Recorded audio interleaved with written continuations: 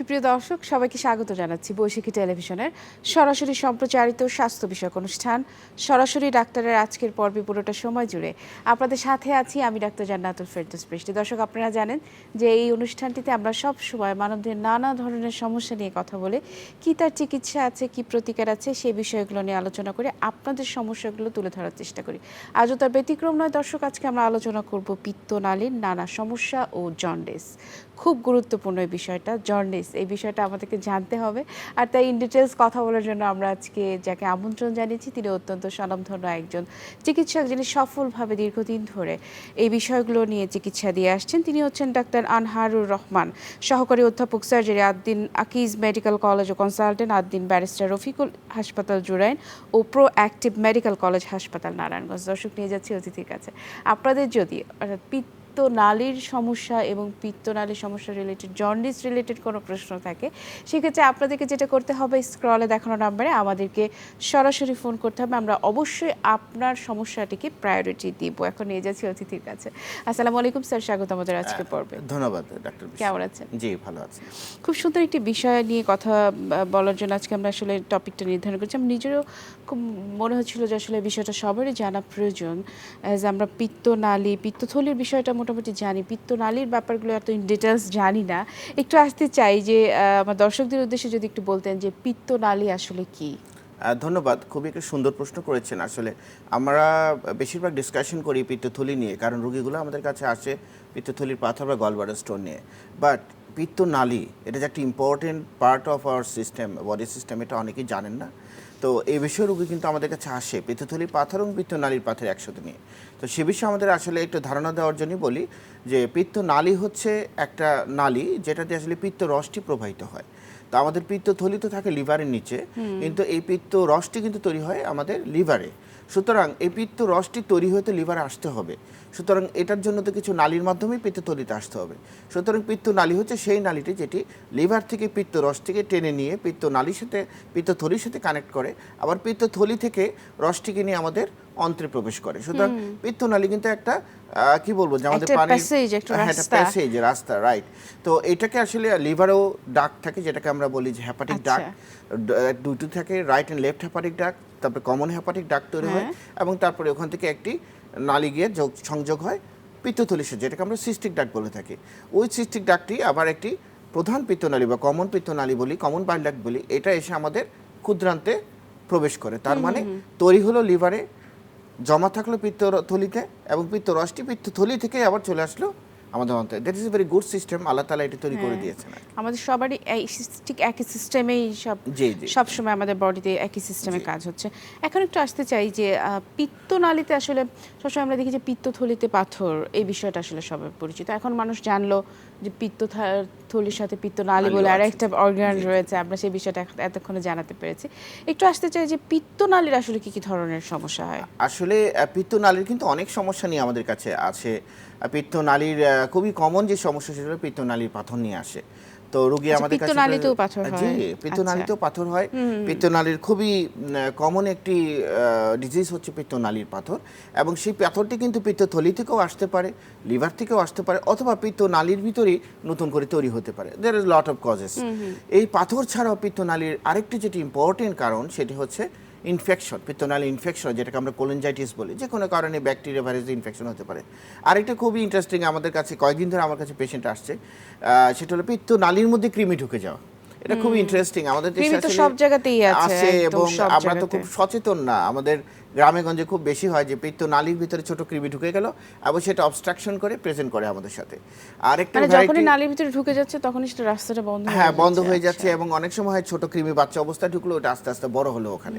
Recently আমি একটা পেয়েছি, অনেক লম্বা, কেঁচোর মতো লম্বা একটা কৃমি, যেটা অ্যাসকারিয়াস লাম্ব্রিকয়েডস আমরা বৈজ্ঞানিক ভাষায় বলি, লম্বা কৃমি, গোল কৃমি যেটা বলে থাকি। ওই কৃমিটি পিত্তনালী থেকে আমরা বের করছি, কয়েকদিন আগে একটা অপারেশনে বের করছি। রোগীটা অনেকদিন ধরে পেন নিয়ে আমাদের কাছে ছিল। আরেকটি ভ্যারাইটি অফ পেশেন্ট আছে, ম্যালিগনেন্ট ভ্যারাইটি অফ পেশেন্ট, অর্থাৎ পিত্তনালীরও কিন্তু ক্যান্সার হতে পারে, এবং পিত্তনালী যদি ক্যান্সার হয় সেটাকে আমরা কোলাঞ্জিওকার্সিনোমা বলি, এবং সেই ধরনের রোগও কিন্তু পিত্তনালীতে খুবই কমন। আচ্ছা, এই পিত্তনালীর এবং এর সাথে জন্ডিসের কিন্তু একটা জি, গুড জি, জি। রিলেশন রয়েছে। অবশ্যই, জি, আর জি। জন্ডিস বিষয়টা আসলে সত্যি খুব, আমি নিজেও খুব ভয় পাই এই শব্দটা জি। শুনলে। তো জন্ডিস কি এটা মানুষ জানতে চায়। আসলে জি। জন্ডিস তো অনেক শুনলাম, জন্ডিস। বাট জন্ডিসটা কি?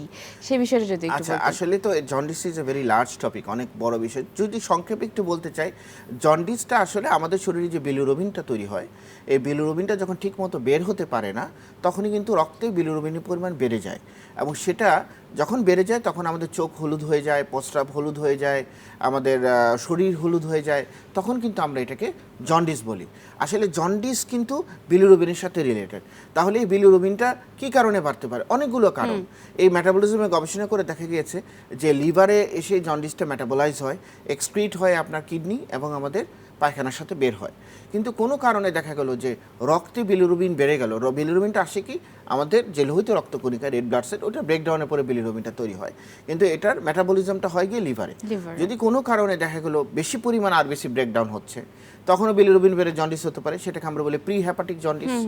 যদি লিভারের কোনো প্রবলেমের কারণে জন্ডিস হয়, যেটা আমরা হ্যাপাটাইটিস বলে থাকি ভাইরাসের কারণে, বিভিন্ন কারণে Viral হ্যাপাটিক attack জন্ডিস। থেকে।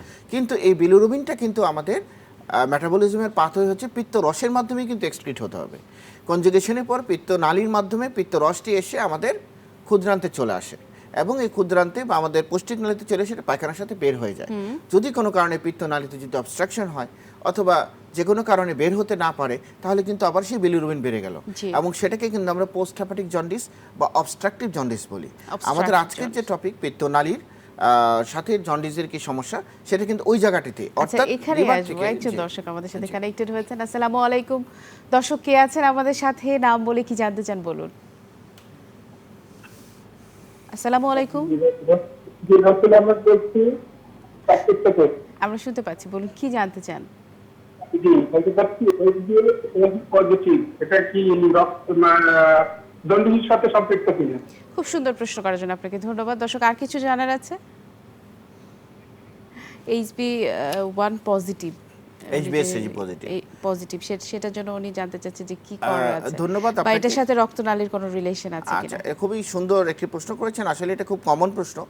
HbS পজিটিভ এই পরীক্ষাটি আসলে ডাক্তাররা দেন হ্যাপাটাইটিস বি ভাইরাসটি শনাক্ত করার জন্য। অর্থাৎ আমাদের বি ভাইরাসের মধ্যে শনাক্ত করার জন্য যে অ্যান্টিজেন বলি, ওই অ্যান্টিজেনটি যদি পজিটিভ হয় তাহলে বুঝতে হবে তার শরীরে হ্যাপাটাইটিস বি ভাইরাস রয়েছে। আসলে যেটা বলছেন উনি, সেটা আসলে একটা ভাইরাসের একটা পরীক্ষা। এই ভাইরাসটি হল হ্যাপাটাইটিস বি ভাইরাস, আমরা জানি। এবং এই হ্যাপাটাইটিস বি ভাইরাস কিন্তু লিভারে যখন আক্রমণ করে তখন তার জন্ডিস হয়। অবশ্যই এটার সাথে জন্ডিসের সম্পর্ক আছে। তবে হ্যাপাটাইটিস বি ভাইরাস শুধুমাত্র জন্ডিসই করে না, আরও অনেক রোগ করে থাকে, যেমন ক্যান্সারও করতে পারে লিভারের। এবং হ্যাপাটাইটিস বি ভাইরাস অনেক সময় জন্ডিস না করেও এটা কেরিয়ার হিসেবে থাকতে পারে। সুতরাং এই হ্যাপাটাইটিস বি ভাইরাসটির সাথে অবশ্যই জন্ডিস জড়িত, এবং সেটা কিন্তু আসলে হ্যাপাটিক জন্ডিস আমরা যেটা বললাম, জন্ডিসের অনেকগুলা ক্রাইটেরিয়া আছে, তার মধ্যে একটি হলো হ্যাপাটিক জন্ডিস, ওটার সাথে জড়িত। আচ্ছা, তার মানে ওনার এটার জন্য চিকিৎসা নেওয়ার জি অবশ্যই, এই জন্য প্রয়োজন তাকে আছে। লিভার বিশেষজ্ঞের কাছে, হ্যাপাটোলজিস্টের সাথে যোগাযোগ করতে হবে। আচ্ছা, সার্জিক্যাল জন্ডিস কি আসলে সার্জিক্যাল জন্ডিস যেটা আমরা বললাম যে পোস্ট হ্যাপাটিক জন্ডিস অথবা অবস্ট্রাকটিভ জন্ডিস, যেখানে আপনি সার্জারি করে you can get relieve of jaundice, সেটা আসলে সার্জিক্যাল জন্ডিস। সেক্ষেত্রে আমরা যেটা বলে থাকি, যেটা কমন বাইল ডাক্ট অবস্ট্রাকশন বা অবস্ট্রাকটিভ জন্ডিস থেকে কিন্তু আমরা সার্জিক্যাল জন্ডিস বলে থাকি। আচ্ছা স্যার, আমাদের সাথে একজন দর্শক আছেন, আমরা ফোনটি নিয়ে আসি। আসসালামু আলাইকুম। দর্শক কে আছেন আমাদের সাথে? নাম বলে কি জানতে চান বলুন। আসসালামু আলাইকুম দর্শক, বলুন, আমরা শুনতে পাচ্ছি। কি জানতে চান বলুন। জি আমি জন্ডিস সম্পর্কে স্যার একটা পরামর্শ নিতে চাই।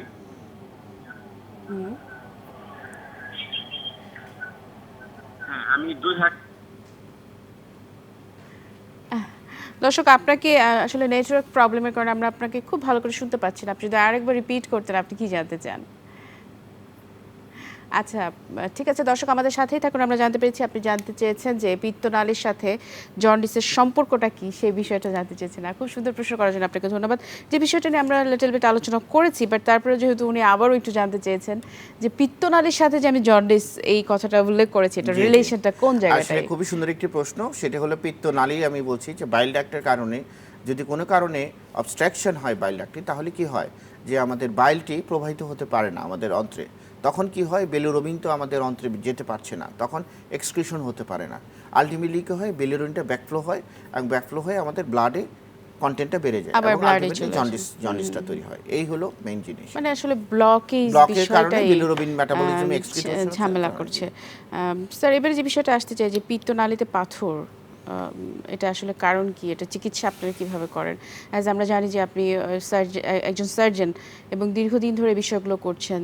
এ বিষয়ে আপনার অনেক উচ্চতর ডিগ্রিও রয়েছে, আপনি বাংলাদেশে পোস্ট গ্রাজুয়েশন শেষ করেছেন, এরপর আপনি দেশে বাইরে এই বিষয়গুলোতেই ফেলো করেছেন, বিভিন্ন দেশে আপনি ট্রেনিংয়ে গিয়েছিলেন। সার্বিক অভিজ্ঞতা থেকে যদি ট্রিটমেন্টটা এবং অ্যাডভান্স ট্রিটমেন্ট কি আছে সেটা যদি আচ্ছা। একটু বলতেন। ধন্যবাদ, খুবই সুন্দর একটি প্রশ্ন। আসলে যেটা আমাদের কমন বাইল ডাক স্টোন, এটা কিন্তু মানুষ কিন্তু সচেতন হচ্ছে গলব্লাডার স্টোন নিয়ে, কিন্তু কমন বাইল ডাক স্টোন বা পিত্তনালীর পাথর নিয়ে কিন্তু সচেতন না। বেশিরভাগ রোগী আমাদের কাছে আসে পেটে ব্যথা নিয়ে। মেইন হলো কমন বাইল ডাক স্টোন। আগে বলি কী কারণে হয়। অনেকগুলো কারণ আছে, প্রাইমারি এবং সেকেন্ডারি কজ। প্রাইমারি বা ডিনোভো যেটা হলো যদি কোনো কারণে পিত্তনালী অবস্ট্রাকশন হয়, যে কোনো কজের কারণে, স্ট্রিকচারের কারণে, সেখানে পাথর তৈরি হতে পারে। এবং যদি কোনো কারণে পিত্তথলি থেকে স্টোনটি সিস্টিক ডাক্তারের মাধ্যমে পিত্তনালীতে যেহেতু আসতে খুবই পারে। কানেক্টেড এবং বেশিরভাগ রোগী সেটাই প্রেজেন্ট করে আমাদের কাছে। আবার অনেক সময় লিভারেও কিছু পাথর তৈরি হয়। স্যার এই বিষয়ে আসবে একজন জি, দর্শক আছেন। জি। আসসালামু আলাইকুম, দর্শক কে আছেন আমাদের সাথে, নাম বলে কি জানতে চান বলুন। আসসালামু আলাইকুম, দর্শক কে আছেন? হ্যাঁ, আমি মাদারীপুর থেকে বলছিলাম। জি আমরা শুনতে পাচ্ছি। হ্যাঁ, মাদারীপুর থেকে বলছিলাম যে আমার এই মেয়ের বয়স হলো 18 প্লাস, বুঝছেন? জি। তো এখন আম, ওর হলো ওই যে কোনো খাবারে মানে কাঁচা মাছের গন্ধ পায়, মাছের বমি গন্ধ বমি ভাব হয়। হ্যাঁ, জ্বর আছে, আর জ্বর ওই- থাকে নাকি কোনো? না, জ্বর থাকে না, জ্বর seasonally থাকে জ্বর হতে পারে আর কি, আচ্ছা, এছাড়া এমনি জ্বর টর এটা থাকে খুব না। একটা জানেন না ভালো করে। আচ্ছা ঠিক আছে, আর কি সিমটম রয়েছে? আর হলো ওই যে খাবারে অরুচি, বুঝছেন? খাবারে খুবই খাবারের অরুচি। অরুচি, খাবারের অরুচি। হ্যাঁ। ঠিক আছে দর্শক, আপনি আমাদের সাথেই থাকুন। কোনো পরীক্ষা নিরীক্ষার আগে করিয়েছেন কিনা, কোনো রেজাল্ট জানেন কিনা? ঠিক আছে, আমাদের সাথে থাকুন। আসলে জন্ডিসের কথা আলোচনা করাতে জি, মানুষের জি। কিন্তু কমন সিমটম এগুলো জি, জি, জানে। জি, হ্যাঁ। সো উনিও একটু ভয় পাচ্ছেন যে এর সাথে কোনো রিলেশন Right, আছে right. কিনা, সেই বিষয়টা ওনাকে আমরা কিভাবে হেল্প করতে পারি? আচ্ছা, ধন্যবাদ। উনি আসলে খুবই সচেতন একজন পেশেন্ট বলা যায়। ওনার মেয়েকে নিয়ে খুব সচেতন। আসলে জন্ডিসের তো অনেকগুলো উপসর্গ হয়। তার মধ্যে তো একটি হলো যে খাওয়ায় অরুচি থাকে, গন্ধ লাগে। বাট তাই বলে যে সব ক্ষেত্রেই যে জন্ডিস জি। হবে তা কিন্তু না। জন্ডিসে সাধারণত আমাদের মাত্রা থেকে 1.2 মিলিগ্রাম পার ডিএল। কিন্তু আমরা যেটা ভিজিবল জন্ডিস বলি, যে আমরা চোখে হলুদ হয় বা প্রস্রাবের কালারও হলুদ হয়। প্রস্রাবের কালার কিন্তু অনেক কারণে হলুদ হতে পারে। জন্ডিসও হতে পারে, আবার পানি কম খেলেও হতে পারে। Concentrated urine কনসেন্ট্রেটেড হয়ে যায়। ইউরিনও হলুদ হতে পারে। সুতরাং তাই বলে যে তার জন্ডিস হবে তা কিন্তু না। তবে একটা সর্বোপরি বলা যায়, চোখ যদি হলুদ হয় তাহলে ওনার জন্ডিস আক্রান্ত হওয়ার সমস্যা থাকে। যদি চোখটি হলুদ লাগে সেক্ষেত্রে উনি একটা ব্লাড টেস্ট করতে পারে। ব্লাড টেস্ট করলে ওনার জন্ডিসটা বের হয়ে যাবে এবং তারপরে ওনাকে ইভালুয়েশন করতে হবে জন্ডিসটা আসলে কী কারণে হচ্ছে, হোয়াট টাইপ অফ জন্ডিস ইট। এটার উপর বেস করে ওনাকে ট্রিটমেন্টটা নিতে হবে। বেশিরভাগ ক্ষেত্রেই আমাদের তো ভাইরাস দিয়েই জন্ডিসটা হয়, যে হ্যাপাটাইটিস এ বি সি ভাইরালটাই ডি common। যেটা হয় সাধারণত কমনই হচ্ছে এ দিয়ে আর ই দিয়ে হয়, খাওয়া থেকে হয়, ওরাল ফিকাল রুটে হয়। বি আর সিও হয় হলো ব্লাডের ট্রান্সমিশনের মাধ্যমে। সুতরাং আমি ওনাকে বলবো অযথা টেনশন না করে উনি একজন ফিজিশিয়ানের কাছে যাক। তাহলে যেটা হবে যে হয়তো খাওয়ার অরুচি বা অনেক কারণে হতে পারে, স্টমাকের গ্যাস্ট্রিকের পিরিয়ডির কারণেও হতে পারে, পেপটিক আলসার ডিজিজও হতে পারে। অনেকে আবার দেখা যাচ্ছে সাইকোলজিক্যাল কারণেও গন্ধ বেশি হয়, মাছ খেতে চায় না। সুতরাং এটা নিয়ে আমার মনে হয় ভয়ের না কারণ হয়ে একজন ফিজিশিয়ানের কাছে গিয়ে একটু দেখাক। একজন তাহলে চিকিৎসককে চিকিৎসকের কাছে দেখালে গেলে দেখে এক্সক্লুড করা যাবে অ্যাট লিস্ট কি Right, কারণে right, হচ্ছে। যেটা, জি। তাহলে একটু জন্ডিস নিয়ে যখন আলোচনাই হচ্ছে, আমি একটু জন্ডিসের কি কি লক্ষণ দেখা গেলে যে এটা হ্যাঁ তার বুঝতে হবে যে না এখনই তার ফিজিশিয়ানের কাছে যাওয়া উচিত এবং সে একজন জন্ডিস আচ্ছা, পেশেন্ট। ধন্যবাদ। খুবই সুন্দর প্রশ্ন। যেটা আমি আগেই বলেছি, জন্ডিসের প্রধান উপসর্গ যেটা, চোখটা হলুদ হয়ে যাবে, দেখা যাবে তার শরীর হলুদ হবে, তাই না? প্রস্রাবের রং হলুদ তো হবেই, কিন্তু এটা অনেক কারণেই হতে পারে। আর যেটা হচ্ছে সাথে সাথে তার অ্যাসোসিয়েটেড সিমটম থাকে। যদি তার লিভারের কারণে জন্ডিস হয়, দেখা গেলো তার জ্বর আসবে, পেটে ব্যথা হবে, থাকে। হ্যাঁ, এই জিনিসটা থাকে। আচ্ছা। এবং দেখা গেলো তার একটা হিস্ট্রি আছে, বাইরে খাওয়ার একটা হিস্ট্রি আছে, হ্যাঁ।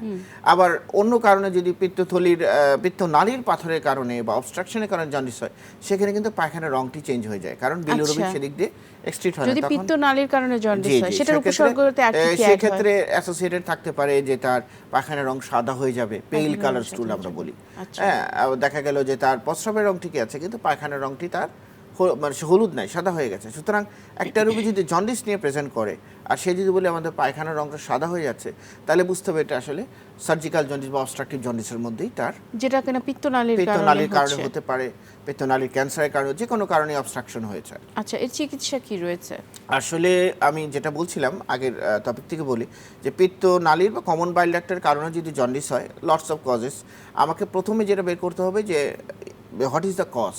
এটা স্টোনের কারণে হচ্ছে, এটা ওয়ার্মের কারণে হচ্ছে, না এটা ক্যান্সারের কারণে হচ্ছে। তাহলে এটার উপর ডিপেন্ড করে আপনার ট্রিটমেন্টটা হবে। তাহলে প্রথমে আমরা আসি কি পরীক্ষা করলে বোঝা যায়, সাধারণ পরীক্ষা।